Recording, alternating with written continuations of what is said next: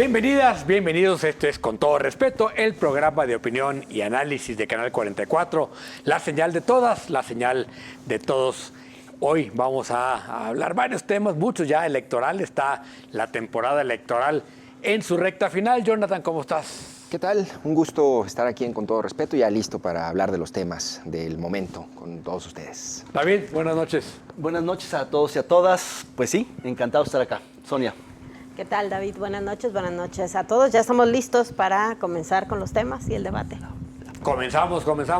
Sonia, vamos a empezar con, como cada semana, con los tweets del tema internacional. En esta ocasión son dos tweets que tienen que ver con lo que está pasando en la región de Palestina, en esta guerra entre Israel y Palestina. Y el primero dice así: Israel debe responder si acepta el sí de Hamás a liberar los rehenes a cambio de un alto al fuego, una propuesta que presentaron Qatar y el Cairo y Egipto y que la facción palestina ya ha aceptado. Hubo una reunión de alto nivel en el Cairo donde están mediando Qatar y Egipto para ver si pueden avanzar en una solución.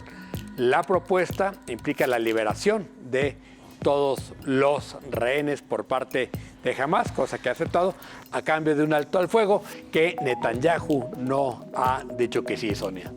Sí, la verdad es que el avance más reciente de Israel en esta, yo más que guerra, en esta terrible genocidio que se está registrando ahí en la zona palestina, creo que llevó a acelerar las propuestas para hacer un alto, sobre todo porque el último avance de Israel tiene que ver con la zona a donde han ido empujando a los refugiados de la Franja de Gaza. En la frontera sur, la frontera con Egipto, exactamente, en Rafah, ¿no? Exactamente, en Rafah.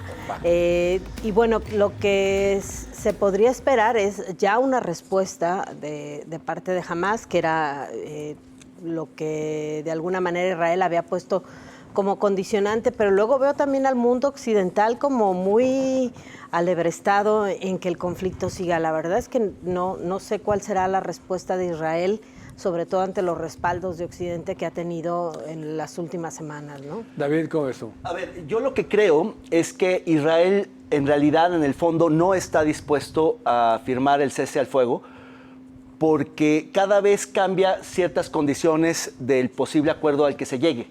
De hecho, este tuit ya quedó caduco porque efectivamente ya rechazó Netanyahu esta propuesta, y no solo eso, no esperó a que hubiera una siguiente propuesta, sino que ya invadió Rafah, ya cerró el acceso fronterizo sur, solamente dejó un pase de urgencia chiquitito que hay casi en el Mediterráneo.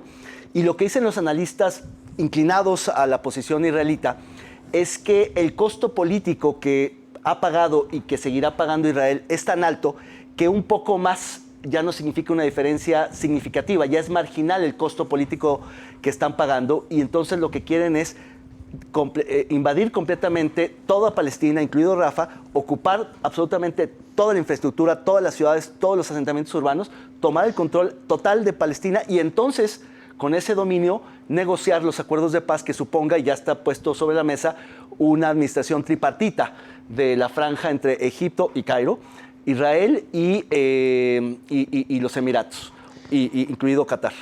¿Tú cómo ves, Jonathan? Fíjate que, como dice David, en efecto, ya Netanyahu dice que aceptar las condiciones de paz, pues cualquier propuesta está por debajo de lo que ellos han establecido y no la van a aceptar. Y en efecto, lo interesante aquí es geográficamente cómo toda la guerra ha ido empujando y desplazando a los palestinos hasta Rafah, ¿no?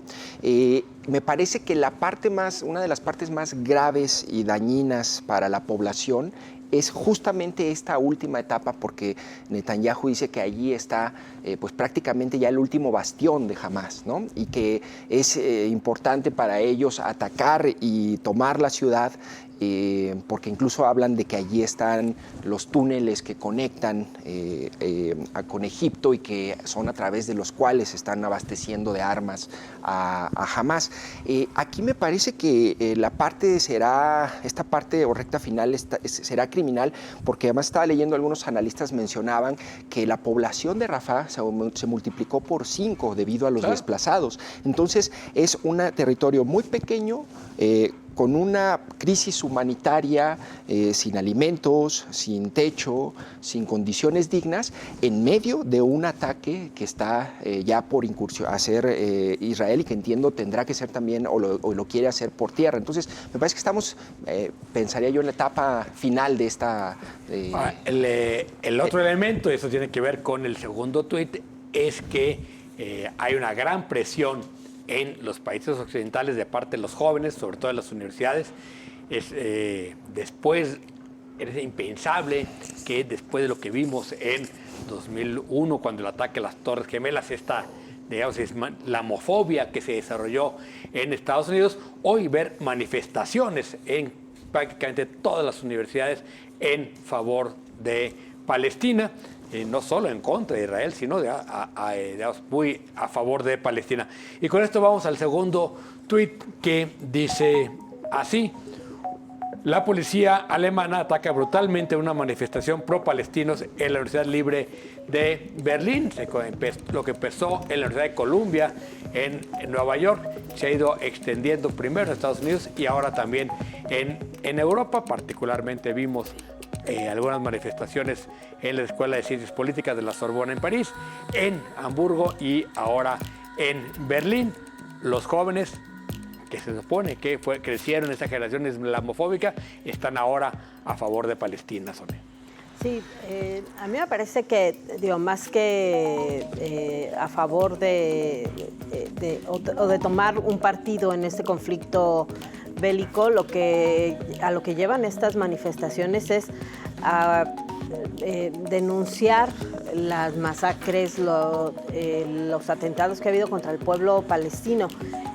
Es muy claro y ha estado documentado durante todo el periodo bélico lo que ha ocurrido con el pueblo palestino. Me parece que hacia allá van las manifestaciones, hacia el ataque de Israel al pueblo civil. Yo no creo que estas manifestaciones tengan que ver con la actuación de Hamás ni con lo que hacen los grupos islamistas. Me parece que está muy claramente manifestado en las universidades, ha ocurrido también en algunas manifestaciones en nuestro país, en América Latina, prácticamente en todas las manifestaciones, incluso que ha habido para otros temas.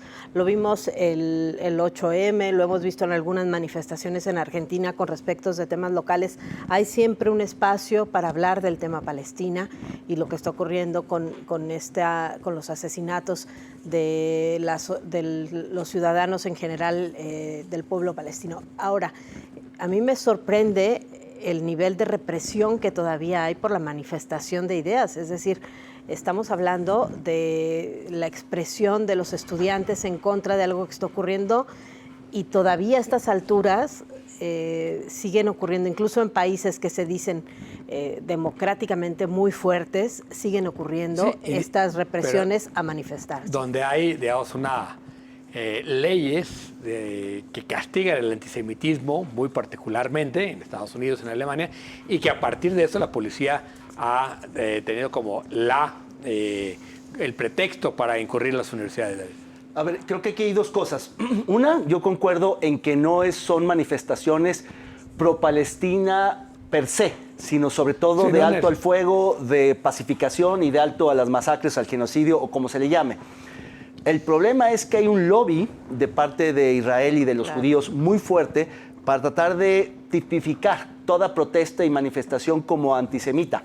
Y por eso algunos políticos como Bernie Sanders, que le respondió muy bien a Netanyahu y a otros políticos americanos diciéndole no es antisemitismo esto, no es antisemitismo aquello. El asunto es que ha permeado tanto en el discurso por razones históricas en Alemania, pero también en Francia, en Inglaterra, en Estados Unidos, que los estudiantes que no vienen de esa tradición, que no vivieron esos años, son mucho más libres en decir cosas sin temor a que se les acuse de antisemitismo. Pero entonces estamos teniendo manifestaciones nuevas con reglas viejas, nuevas juventudes, generaciones con autoridades anquilosadas que piensan que hay una afronta hacia Israel y hacia esta, digamos, alianza del mundo occidental frente al islamismo y otra civilización. Entonces hay un choque bien interesante y las consecuencias que vamos a ver para las universidades americanas, sobre todo todavía no permea tanto en Europa, pero sí para las americanas, del despido masivo, de expulsión masiva de estudiantes, despido selectivo de profesores que han trastocado graduaciones, porque estamos en la época de graduaciones y demás actividades académicas, es gravísimo lo que está ocurriendo. En una especie de nuevo macartismo, decía Claudio Lovnitz. Pues sí, y sobre todo me parece, yo haría la lectura del papel generacional de estos llamados centennials, ¿no? Que son los menores de 25 años, que prejuiciosamente decíamos que pues, estaban despolitizados, que pues, son la generación TikTok, ¿no? Y me parece que este tema los convoca, los politiza, y la reacción de las instituciones es justamente reprenderlos como si estuviéramos en una época de la Guerra Fría, ¿no? Y me parece que esto puede ser que puede dar pie a otras manifestaciones y otras banderas en donde los jóvenes sepan que su voz y la manifestación pública de sus inconformidades también pueden ser escuchadas, porque ha inquietado a las instituciones tanto universitarias como policiales en Estados Unidos como en Europa, ¿no? Me parece que es una buena, es una reacción que me parece muy interesante generacionalmente. Ha habido repercusiones, digamos, muy de todo tipo, sobre todo en las universidades estadounidenses, donde los agarró realmente por sorpresa. Al mismo tiempo, por ejemplo, en Columbia, que el board de los patrocinadores de la universidad le piden a la presidenta de la universidad que sea más dura con los estudiantes que tomaron el edificio de rectoría. Los profesores también manifestaron, por las razones contrarias, un rechazo a la presidenta por haber llamado a la policía para que entrara a la universidad. Entonces me parece que está entrando, digamos, lo que está pasando en Colombia es una crisis. Vimos hace poco también, le pidieron la renuncia a la presidenta de Harvard. Estamos viendo Pensilvania, cómo no saben, 7. Exacto, no saben cómo reaccionar ante estos jóvenes, ¿no? Oye, lo vivimos que no hasta están... aquí cuando la pinta de un grupo pequeño de gente de Palestina y que tenía que ver con eso, o sea, con que lo que les dijeron es el dueño del canal no está, o sea, cree que el tema de Palestina es un asunto de terrorismo y entonces, ¿por qué vienes a pintar a favor del terrorismo en su muro? O sea, ese fue es parte la de la razón narrativa, de fondo, claro. Equiparar Palestina con Hamas y terrorismo con gazitas. Y además, con el islamismo. ¿No? Y hay que considerar que las redes de comunicación digitales que tienen los jóvenes en estos momentos, pues también los hace mucho más, los empodera frente a estos embates institucionales, ¿no? Es decir, la capacidad de organización, si hay una inconformidad de parte de los jóvenes y de las universidades, la capacidad de organización es mucho mayor y más articulada si surge de manera espontánea, ¿no? Vamos a hacer un corte, regresamos en un momento más para platicar hay muchos otros temas, entre ellos el caso de María Amparo Casar, a quien el presidente atacó fuertemente esta semana. No le cambie, regresamos.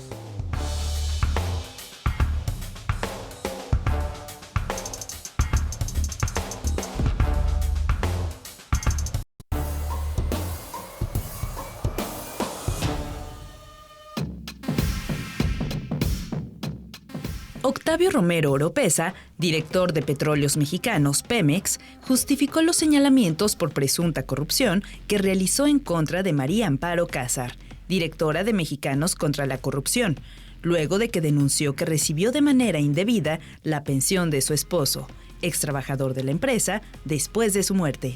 Sin embargo, la divulgación de los datos personales es un delito que debe ser observado por el Instituto Nacional de Transparencia y Protección de Datos Personales.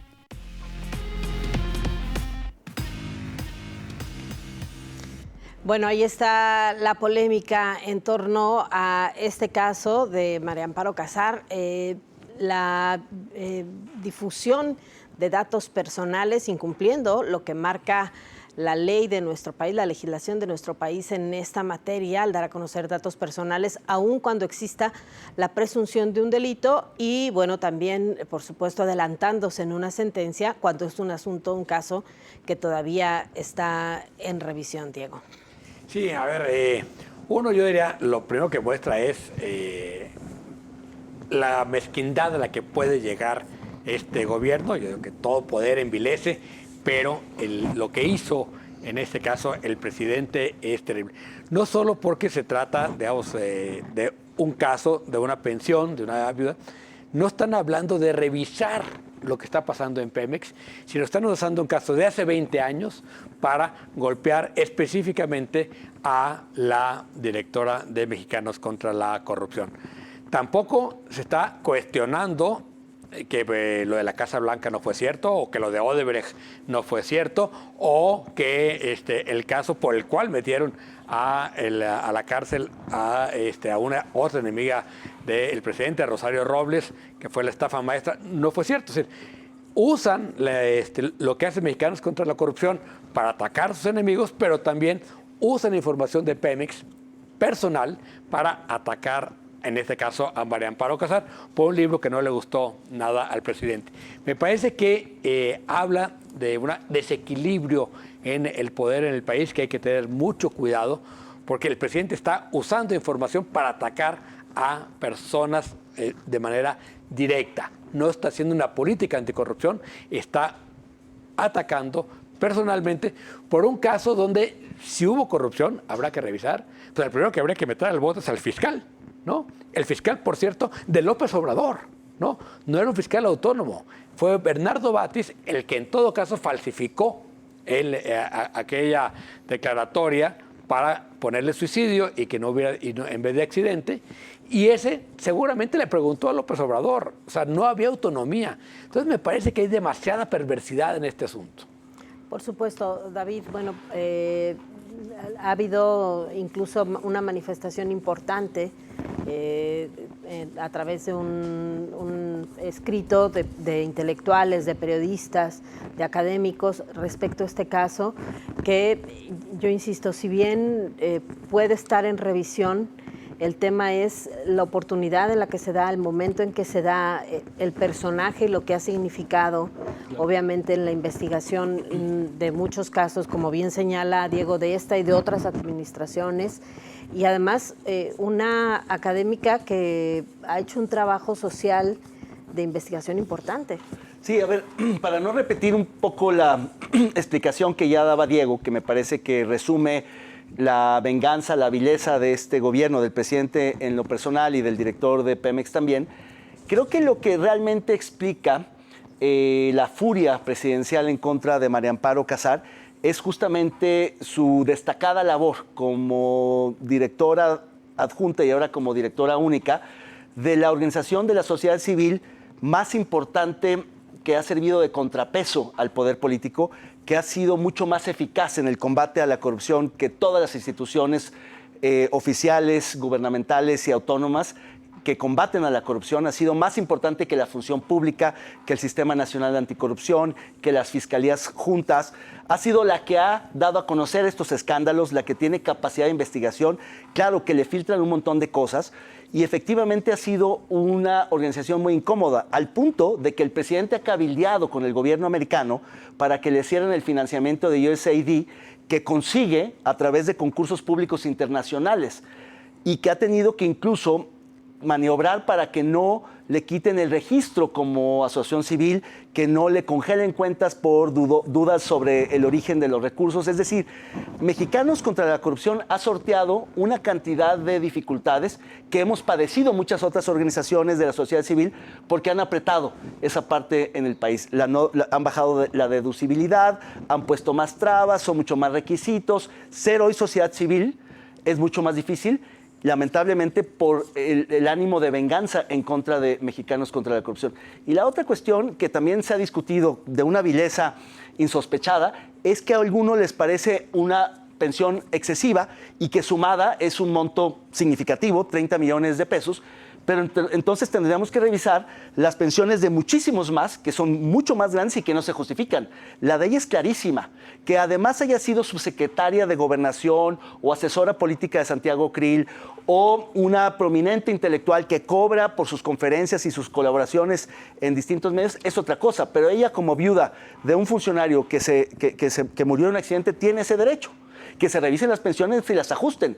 Pero mientras eso no se haga, que de manera unilateral Pemex se le haya suspendido sin avisarle y además atacado y poner un micrositio, realmente es el símbolo del aparato del Estado mexicano en contra de una ciudadana. Claro. Jonathan. Bueno, fíjate que ahorita que lo mencionabas, la pensión promedio de un jubilado en Pemex es de 21,000 pesos, ¿no? Es decir, altísima. Ella es arriba de lo que tendríamos cualquiera de nosotros, pero pues ella está 6, 7 veces arriba de ese promedio de un jubilado de Pemex, ¿no? Fíjate que yo intentaría más bien como tratar de salirme de estos dos polos, ¿no? En donde, que yo lo resumiría así, ni el presidente está combatiendo a la corrupción, ni María Amparo Casar está salvando a la democracia y es la única voz crítica. María Amparo Casar representa a un grupo político, a una élite con ciertos privilegios de 2 sexenios panistas, ¿no? Ella era secretaria, coordinadora de asesores con Santiago Krill cuando el sexenio de Fox, y es un grupo que está asociado a la némesis de AMLO, que es Claudio X González, que está, digamos, que tiene esta Asociación Mexicanos contra la Corrupción, que, entre paréntesis, yo puedo decir, o sea, puede haber esos actores políticos ideológicamente, digamos, una especie de casta con privilegios, pero eso no demerita que ha hecho ejercicios muy valiosos mexicanos contra la corrupción. Yo más bien lo que trataría de ver es un poco cómo, y hacer la lectura en clave electoral, ¿no? Es decir, es el presidente dando un manotazo ante el grupo de Claudio X González, ¿no? Después de la campaña de narcopresidente, después de las publicaciones del New York Times con respecto a sus vínculos con el narco, después de un montón, digamos, como de desavenencias que han tenido y que está utilizando la mañanera, el presidente, como un foro, ¿no? Para ajustar cuentas personales políticamente contra un grupo. Pero no perdamos de vista eso, es decir, en ese grupo, o sea, yo la verdad es que no me identifico ni como un obradorista que está pensando en que AMLO está combatiendo la corrupción, pero tampoco me identifico como un grupo ligado a intereses, digamos, del panismo ilustrado, de todo lo que viene aquí la pregunta es, ¿qué tiene que ver el trabajo de Mexicanos con la corrupción? O sea, Claudio Pues X González se puede caer bien o mal. No, pero el trabajo periodístico ahí está. A mí el director de Reforma puede caer fatal, el dueño. Que eso lo respeto eso que el trabajo de Reforma sea claro, mal. Claro. Yo de hecho digo que el trabajo de Mexicanos con la corrupción, contra la corrupción, ha sido valioso. Y la directora es María ha sido Amparo. valioso. Y el fundador de esa asociación es Claudio X González. Y tiene puede intereses, caer bien o mal. pero tiene intereses ideológicos o no. Él sí. Políticos. Pero ¿Y María Amparo dime, no? No sé, yo veo el producto de Mexicanos contra la Pero corrupción. es que habría que leerlo en clave electoral, ¿no? Y quisiera decir, yo sí creo que es importante volver a la esencia del conflicto. Es decir, independientemente de que haya sido asesora o no, panista o perredista, ella es una viuda de un funcionario, de un alto funcionario de Pemex que tiene ese derecho. Si revisamos la nómina de Pemex, te aseguro que saldrían miles de anomalías antes de esta. Claro. Pero van contra esta por esas razones que tú dices. Pero eso no lo justifica, solamente lo explica. No. Es un abuso de autoridad, es una ilegalidad absoluta, porque finalmente pues está en estado de indefensión, porque ella no tiene la capacidad de defensa. Aquí está el tema de si le correspondía o no. Por pero supuesto eso que tiene sí, que investigar. Es un instrumento político el que está usando el presidente. Incumple una regla que es las causas de la muerte. No fue un accidente de trabajo y ella recibe. ¿Pero lo aseguras o lo preguntas? No. O sea, eso es lo que se está investigando. No, pero el tema es que se filtre la investigación de esto que ocurre. Y si hubo una irregularidad. Exactamente. Y si en 18,000 pensiones de Pemex ahí dice irregularidad, pues que se quiten todas. No esa. Y segundo, yo insisto, fue Bernardo Batis, en todo caso, el que hizo el acto de corrupción de modificar un acta. Pero tú no puedes quitar esa prestación de la pensión si no hay un proceso judicial de por medio. Es decir, tú no la suspendes y luego averiguas. Pues entonces es ilegal y abusiva. Bueno, puede ser una medida cautelar. Pero es que Yo no eso sé es si lo que es está una haciendo el medida cautelar. presidente. No existe. Pero no hay cautelar. Está usando políticamente Bueno, la no sé, porque no información y el conocemos- poder. sí, claro. No, sí conocemos el caso. Es una decisión unilateral de Pemex. Y violó la ley de datos personales también. O sea, eso no está a discusión. Lo que yo estoy planteando es, hay que entender también quién es el interlocutor y qué representa. pero yo digo Además que de todas las cosas positivas que a mí me seguramente parece tiene, que que entender representa quién es el política e interlocutor ideológicamente. no justifica, No lo justifico. Yo digo, hay Es que que a mí me dimensionar parece lo quién que es planteas, también. Jonathan, me parece un agravante en lugar de un atenuante. Es decir, justamente porque es un adversario político, lo persigo ilegalmente. Es decir, si fuera un amigo con una irregularidad enorme, como en otros casos, la dejo pasar y que siga cobrando su pensión. Pero en este caso, asumo... Bueno, tenemos que cambiar de tema ahí, ya. Sí, bueno. Así que sirve que se tranquilicen y respiren. Bueno, lo seguimos discutiendo después. Vamos a este video del resbalón de hoy.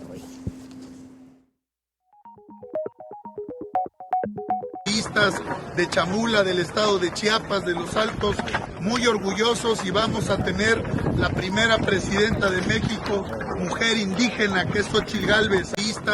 De Chamula, del estado de Chiapas, de los Altos, muy orgullosos, y vamos a tener la primera presidenta de México, mujer indígena, que es Xóchitl Gálvez. Bueno, ahí está Alito Moreno vistiendo en San Juan Chamula, supongo que es. ¿Cuál es el resbalón ahí? No, pues la vestimenta y Todo el... Bueno, el show, montaje, ¿no? el show. show, Ok. que además yo no sé si se pueden poner el traje ese, porque entiendo que ese es solo para los líderes de...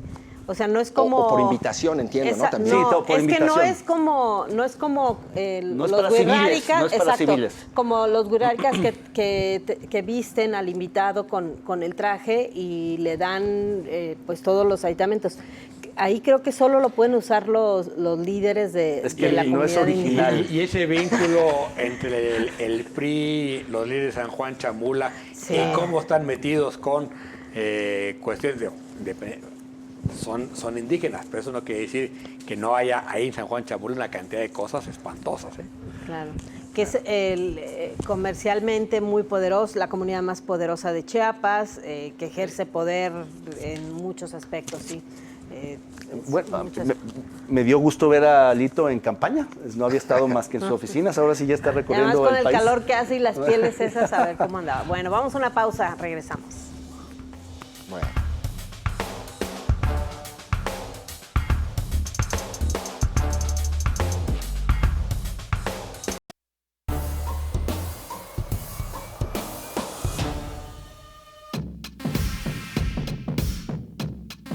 El tercer debate de las candidaturas a gobernador, realizado en el Centro Universitario de la Costa, CUCOSTA en Puerto Vallarta, abordó los temas de desarrollo económico, empleo y salario, cultura, salud y deporte.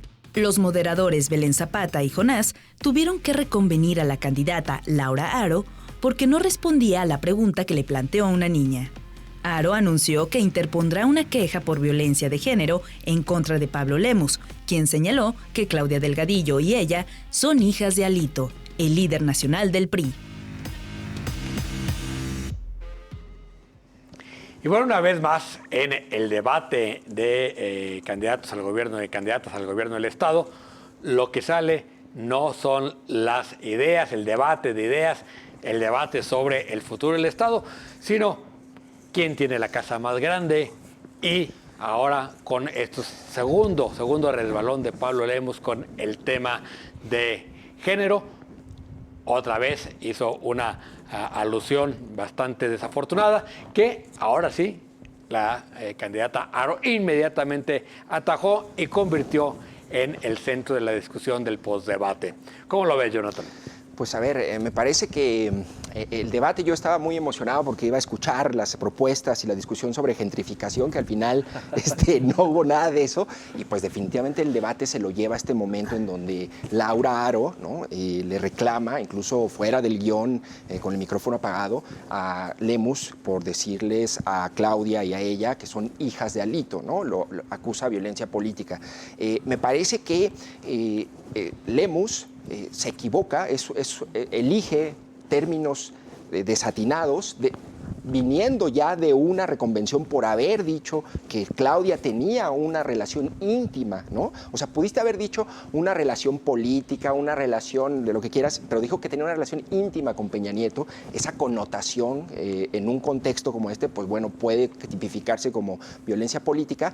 Y en este caso, lo que ocurre, pues es que en este momento Pablo Lemus tiene una crisis porque no ha sabido manejar el asunto y hoy, estábamos comentando antes de empezar el programa, hoy se disculpa y se disculpa con el papá de Laura Aro, ¿no? Es decir, como es una cosa de hombre, o sea, las mujeres no cuentan, ¿no? Ya, eso es un... creo que eso merece que tú lo comentes, que escuchemos el audio para seguirlo comentando, si la producción tiene ya el audio y lo metemos de una vez. No, eso ya... Si el señor Aro en algún momento yo le ofendí, claro que le pido una disculpa pública, pero pues esto se dice mucho al calor del debate, porque yo lo que refería era hijas políticas de Alito por su formación priista que tienen ambas. Fatal, Sonia, fatal. Sí, me da la impresión que ha sido como cuando traes el café en la mano y te tropiezas y luego no sabes si salvar al café, salvar las rodillas, meter las manos, todo. Bueno, Lemus tiró el café, se cayó, se fue de bruces, porque me parece que se equivoca en muchas cosas. Primero, el tono en el que dice y la forma en que dice en el contexto esto de que son hijas de Alito es lo que convierte en una ofensa y en violencia en razón de género. No es un asunto menor, ya lo había hecho, como bien mencionas, Diego, en el debate anterior, cuando le dijo a Claudia Delgadillo que tenía una relación íntima, bueno, lo dijo Jonathan, perdón, una relación íntima con Peña Nieto. Luego viene esta operación de sacar a las mujeres a que lo defiendan, que eso ya lo habían hecho cuando la desaparición MC del Instituto de la Mujer, y lo hicieron también con esta reforma que el gobernador llevó a las diputadas a que se pararan atrás de él mientras cada 8M él firmaba. Se juntan a apapachar al gobernador. Exactamente, y a darle unas gracias, flores, ¿no? O sea, esa es la visión que tiene, o sea, en esta narrativa es la visión que se tiene sobre los conflictos que se le generan en torno a su desconocimiento acerca de la violencia en razón de género. Y luego, me parece que esto ya es el colmo, esto es ya cuando caes completamente de cara y tiras el café y todo. Te vas a levantar y avientas la mesa de al lado. Exactamente, que por quererte agarrar tiras todo, que es esta declaración. Por no querer perder la compostura, ¿no? Exactamente. Además. Y termina diciendo, es un asunto de hombres, a mí la mujer no la menciono, la invisibilizo. Todo esto que le han mencionado, me parece de muchas formas en redes sociales, unas más agresivas, pero otras explicándole claramente en qué se equivocó, y aún así termina por resolverlo diciendo es un asunto de hombres y voy con el papá y le ofrezco disculpas al papá, y la hija, pues la hija que es la candidata y que esa que no ofendió, claro, la deja a un lado. Yo creo que hace mucho tiempo que a MC le hace falta enterarse qué es el feminismo, qué es la violencia en razón de género y cuáles son todos los errores que han cometido en esta materia. Sí, hay un retroceso, ¿no?, en esa parte, ¿no?, en la política de MC. Sí, yo creo que desde, digamos, el entronizamiento de Alfaro y todo el alfarismo que gira en torno a la figura de él, que efectivamente no es alguien sensible a las demandas de las mujeres, es de una, digamos, matriz machista. Me parece que efectivamente ha habido incluso hasta una censura. Algunas mujeres, salió un texto interesante en El País donde entrevistan a Marta Tagle y a Patricia Mercado sobre el machismo al interior del Movimiento Ciudadano. Y yo coincido en que Lemus se equivoca llevando ventaja, habiéndolo llevado muy bien el debate casi hasta el final, se calienta, pero claro, en un contexto también de muchos otros ataques, de muchas agresiones, que si bien no son violencia política en razón de género, sí son violencia política a secas. Entonces ahí en esa confusión, en esa tergiversación, se calienta, se cruza la línea y claro, Laura Aro no solo se indigna con razón, con legitimidad, sino que políticamente es muy hábil y lo capitaliza. esa, digamos, salirse del guión, violar las reglas del debate para aprovechar el tiempo, pues fue totalmente deliberado y lo hizo muy bien. Claro. Es decir, era difícil callarla. Aún así, la moderadora, Belén Zapata, lo estaba haciendo bien, pero había un límite a callarla. Es más, le quitaron el micrófono, pero estaba hablando tan alto que se oía en el micrófono de Lemus. ¿Sí? Entonces fue un momento muy tenso que lamentablemente yo lo que más lamento es que se perdiera lo poco sustantivo del debate para que se volviera estridente y se concentrara en el conflicto. Ahora, no va a haber otro debate. Y luego hubo otro... Está convocado otro más, pero no sé si hay condiciones para si alguien vaya a ir. No hay condiciones para que... Ahora, se equivoca Lemus porque va adelante. ¿O será que no va? O sea, la actitud de Lemus no es de alguien que va ganando. Claro. En ninguno de los dos debates es la actitud de alguien que va ganando. Sí.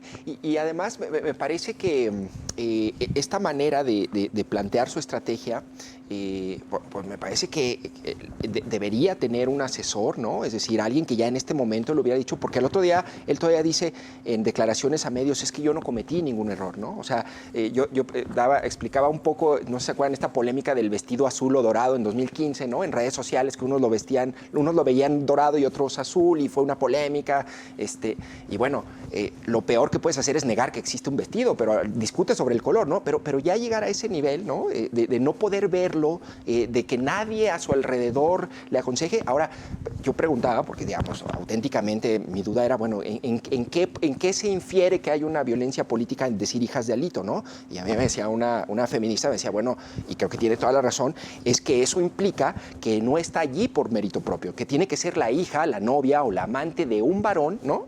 Y luego otra persona, otro amigo me decía, bueno, pues que yo te puedo decir que eres hijo de fulano, ¿no? O sea, de Carlos Álvarez, bueno, de Diego, ¿no? O sea, no es una ofensa. Y yo lo que decía, como tú mencionabas, Sonia. Sí, lo es, ten cuidado. Es una ofensa muy grave, ¿no? Bueno, como dijo el mismo Lemus, ¿no? Que a él le dijo Pablo Alfaro, que también es una ofensa, pero... Sí, pero tiene otra cosa. Pero aquí importa el contexto, ¿no? Claro, por supuesto. No más que no es en razón de género. O sea, claro. Que te digan hijo de delito ya es gacho. Sí, claro. El contexto en que se dice. Claro, y el tono y el contexto tiene que ver con eso, claro. Contendiendo por la gubernatura con unas leyes o normas en materia de violencia política en razón de género, ¿no? Con un antecedente, además Pablo sabía que ese iba a ser el coco de su campaña. De hecho, lo sorprendente es que con eso empieza el debate, que es cuando Claudia Delgadillo le dice machito. Sí. Y termina dominando el tema del debate. O sea, Lemus se dejó envolver. Sí.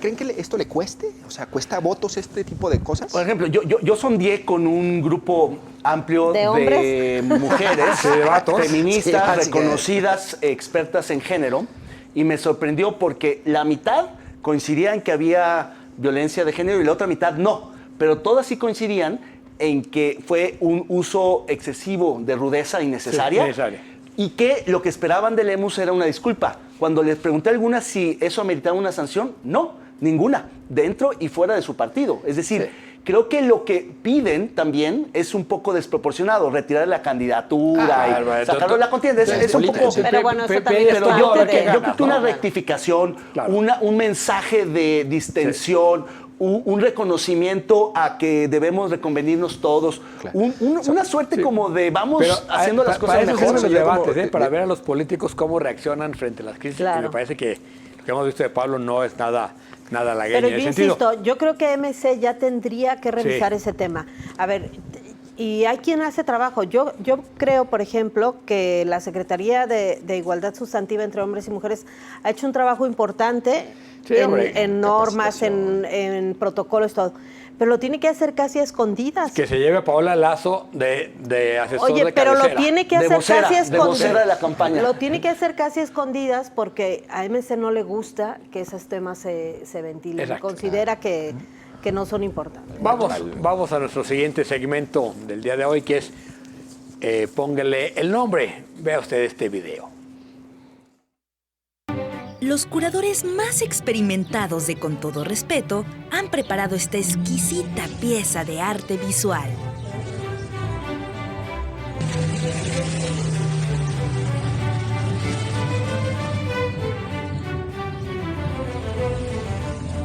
Usted póngale el nombre.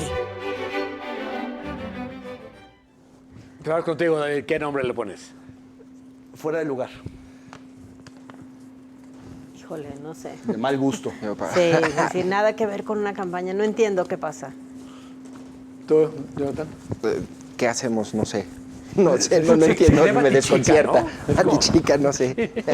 Prepotencia puede ser, porque ese tipo de vehículos están restringidos en zonas urbanas por muchas razones. Incluso en las zonas rurales son muy dañinos al medio ambiente, son antiecológicos, despedazan las brechas, los suelos. Están siendo usados. En la plaza, ¿no? Subiendo todo mal, a la plaza O sea, pública, Sandra Cuevas ¿no? mal en el PAN, peor en Morena. Es Sandra Cuevas, ¿qué esperaban? Sí, Sandra Cuevas en Sandra Cuevas. Bueno, vamos a un corte, regresamos para el último segmento del programa. No le cambie, regresamos.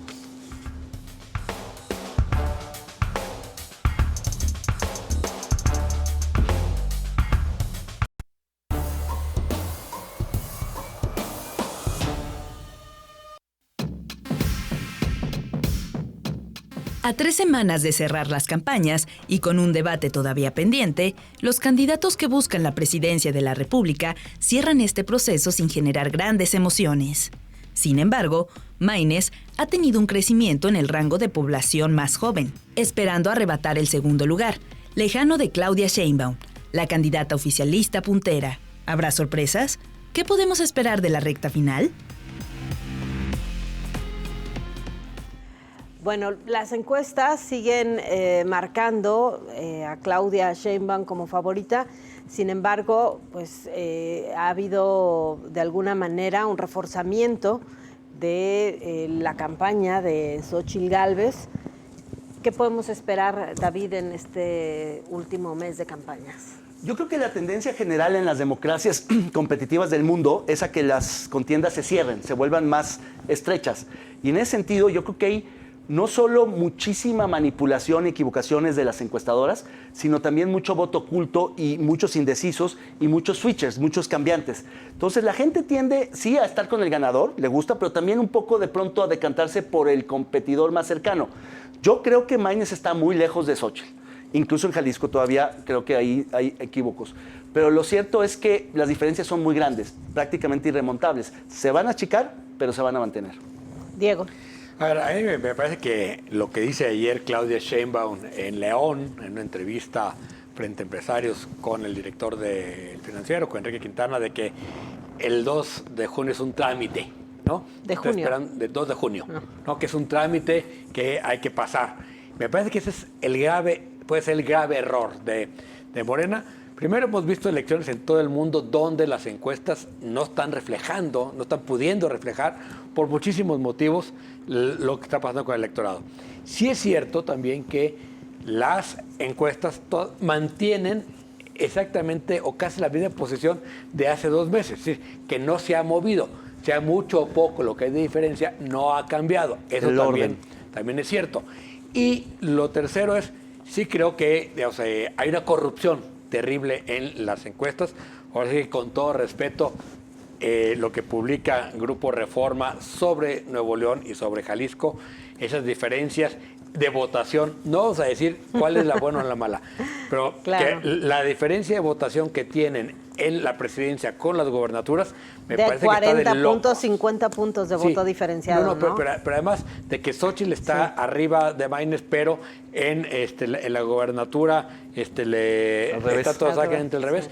Me parece que no cuadra, ¿no? Claro. Y que empieza también ya ahí a ser muy sospechosa, a partir de la salida de Lorena Becerra, un cambio en la forma en que hacen las encuestas, ¿no? Y otro aspecto, Jonathan, es que al interior del grupo de Xóchitl también se empieza a apuntar mucho a pedir el voto legislativo, ¿no? Sí, claro. Esta campaña que empezó ya hace alrededor de un mes, pero que se ha fortalecido acerca de votar diferenciado, es decir, si ya vamos a perder la presidencial, bueno, por lo menos que Sheinbaum no tenga mayoría en el Congreso. Sí, y creo que esa es la otra contienda, digamos, como silenciosa, otras bambalinas que también importa y no sé si incluso esté digamos, en ciertos momentos para la vida pública del país, esté por encima en importancia de incluso la propia figura presidencial. A mí me parece, fíjense que como coincido con el tema de las encuestas, ya no hay un asidero para poder determinar si es confiable, si tiene rigor científico o no la encuesta. Lo que yo revisaba un poco es que las autoridades electorales lo único que hacen con las encuestas es transparentar la información y los estudios, pero no miden o evalúan el rigor metodológico, ¿no? Es decir, yo ponía el ejemplo de que se parecía como cometer un crimen siempre y cuando seas lo más transparente posible, ¿no? Sí. Entonces, me parece que eso ha generado pues, que cierta confusión. Yo lo que alcanzo a percibir, lo que he visto en las encuestas, a mí me parece que sí ha habido claramente un crecimiento, no mucho, pero un crecimiento de Maines, ¿no? Digamos, no estaba en el sótano como empezó y es el que ha crecido más. A mí me parece que el voto de Xóchitl es un voto anti-AMLO duro que no se va a mover y no tiene tampoco muchas posibilidades de crecer, y en todo caso la contienda podría verse interesante qué tanto se acerca Maines a Xóchitl, ¿no? Y algunos dicen, los que creen en milagros o en esoterismo, que podría incluso disputarle el segundo lugar, pero no sé si eso ya... A ver, yo creo que abordas un tema clave que es la otra elección, la legislativa, porque efectivamente Claudia Sheinbaum está como obligada a llamar al plan C para buscar la mayoría calificada, que no le conviene si es que llegara a ganar la presidencia, y Xóchitl, un poco desde la derrota anticipada, llama a ese mismo plan C, pero de emergencia, para justamente no otorgarle esa calificada a Morena y sus aliados y tener una bancada, digamos, nutrida de panistas, priistas y perredistas. El asunto, lo que empieza a descolocar esa ecuación es el crecimiento de MC, porque va, digamos, aparejado de la posibilidad de que haya una bancada naranja que pueda hacer la diferencia. Y que pueda ser el switcher, el partido bisagra, para darle o no esa mayoría calificada al oficialismo a nivel nacional. Entonces es interesante porque eso se conecta también con las conversaciones de Samuel, de Alfaro, con el presidente y demás. Pero ese crecimiento nada más ha sido en Reforma, ¿no? Sí, yo no lo he visto tampoco en ninguna parte. El Financiero creció un punto, ¿no? Claro. Claro, es que ese crecimiento me refiero solamente al estado de Jalisco. Sí, es decir, manipulando claramente la elección entre las encuestas, ¿no? Cada quien con sus intereses. También vemos a mí me parece muy poco creíble, igual la de Massive Caller, ¿no? Y de repente ya está arriba Xóchitl Gálvez, ¿no? Hay un gran manipuleo de las encuestas. Lo que sí creo es que el plan C es con votos del verde y con votos de naranjas. Y yo creo que ahí sí, también lo que está pasando es que mucho en el voto federal en Jalisco se estaba yendo hacia el azul, y eso descompensaba, y lo que implicaba es que Morena ganaba en la mayoría de los distritos. Exacto. Para decirlo de otra manera, lo que creo es que esta idea del voto cruzado, que fue promovida desde el oficialismo naranja en Jalisco, es decir, quien primero destapa a Xóchitl es Clemente Castañeda, el senador, y lo reconvienen y dicen que no, iba por ese lado del voto cruzado. De hecho, varios empresarios, activistas, militantes decían Lemus y Xóchitl. Ahora eso se revirtió. Creo que se realinearon con Maines, pensando en que justamente donde está muy parejo azul-naranja, puedan decantarlo por naranja para tener esos distritos, esas curules. Y que sobre todo ahorita que mencionaban sobre la incertidumbre o el desconcierto que generan las encuestas, a ver, en realidad las que podrían tener una mayor, digamos, podrían ser más confiables, pues son las de cara a cara o en vivienda, ¿no? Porque las de Massive Caller, esas sí son una vacilada, ¿no? Es decir, son robotitos hablando incluso... El que más cerca estuvo en el Estado de México. Sí, claro. ¿No? Pero, pues, a ver, si haces una encuesta al día, ¿no? Pues de alguna latinas, ¿no? Claro, o sea, me parece... Bueno, tenemos que cambiar de tema. Vamos ahora sí al fondo de lo que se tendría que haber discutido en el debate, que es el tema de vivienda, que además es curioso, pero ha sido uno de los temas más tocados en las encuestas, en la reciente, sobre qué les importa. Bueno, primero sobre quiénes son los que votan, quienes conforman el padrón. Uno de los temas que sale es el de la vivienda. Jonathan, Sí. Por supuesto que hay preocupación con este tema. Sí, yo creo que decía aquí en algún otro espacio que a mí me parecía que después de la inseguridad, ¿no?, como tema en general de preocupación de la población, a mí me parece que para las nuevas generaciones la gran preocupación es la vivienda digna, y no solamente poder comprarla, sino también la vivienda como derecho humano y no como un negocio. Y cuando hablo de un derecho humano no es que necesariamente tengas que poseer o ser dueño de una vivienda, sino que existan las condiciones para que tú puedas vivir y rentar una vivienda, ¿no?, en un lugar con las prestaciones y los servicios necesarios. Y no soy tan pesimista, creo que de alguna manera en la discusión, digamos, digital, que se haya al menos planteado como un tópico en los debates, algunos especialistas que están, como por ejemplo Máximo Jaramillo de aquí de la UDG, que están empujando el tema, me parece que lo están colocando ya más en el centro del debate público, en donde creo que debería estar, ¿no? Destacan dos temas que se pusieron sobre la mesa en el debate, el tema de Claudia Delgadillo con construir arriba de la casa de tus papás, Diego, y Lemus, que saca el tema de la reserva que ha otorgado Movimiento Ciudadano para la construcción, él dice, de vivienda asequible, lo cual no ha sido cierto. Lo único que ha sido asequible son los terrenos. Exacto. Para los empresarios, para los desarrollos, y después esa vivienda se vuelve inaccesible, aun cuando esté en el oriente de la ciudad. En el oriente de la ciudad, en estos terrenos que se dio el municipio, tenemos vivienda por arriba del $1,000,000. Eso no es vivienda asequible para un trabajador. Sí. No, a ver, sí, yo creo que son esos dos temas.